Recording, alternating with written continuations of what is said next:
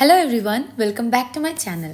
রঙের ফাঁকা ডিব্বা তোমার ঘরেও নিশ্চয়ই আছে, আমার ঘরেও ছিল। তো পুরোনো ওই ডিব্বাটাকে ভালো করে পরিষ্কার করে সম্পূর্ণটাতে হোয়াইট কালার করে নিই অ্যান্ড তারপরে তার উপর করে নিয়েছি ল্যাভেন্ডার পার্পল কালার অ্যান্ড ওপর দিকটা একটু টবের মতো লুক দেওয়ার জন্যে একটা দড়ি লাগিয়ে নিয়ে সেটাকেও কালার করে নিয়েছি পার্পল কালার দিয়ে ভালো করে। তো তারপরে আমি এর উপরে করেছি বোহো পেইন্টিং।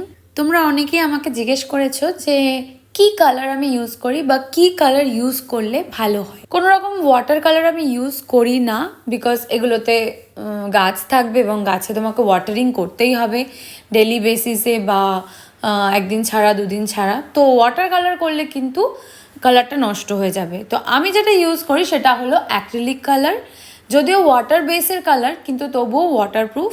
অ্যান্ড তার সঙ্গে আমি সাজেস্ট করব একটু করে ফেভিকল মিশিয়ে নিয়ে করার জন্যে, তাহলে খুব ভালোভাবে কালারগুলো থাকে। অ্যান্ড যদি একদম সম্পূর্ণ ওয়াটারপ্রুফ অ্যান্ড ভালো ফিনিশ চাও, তোমরা কিন্তু এইগুলো বানিয়ে নেওয়ার পরে এর ওপরে রেজিনের একটা কোটিং করতে পারো। That's all about the colouring.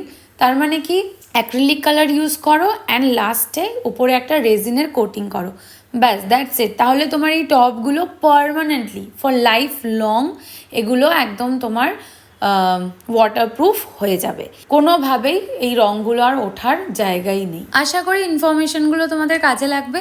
ভিডিওটা ভালো লাগলে নিশ্চয়ই লাইক করো, কমেন্ট করে জানিও ভিডিওটা তোমাদের কেমন লাগলো, শেয়ার করো বন্ধুদের সাথে। তো আজকের জন্য এতটাই, দেখা হচ্ছে আবার পরের ভিডিওতে। বাই।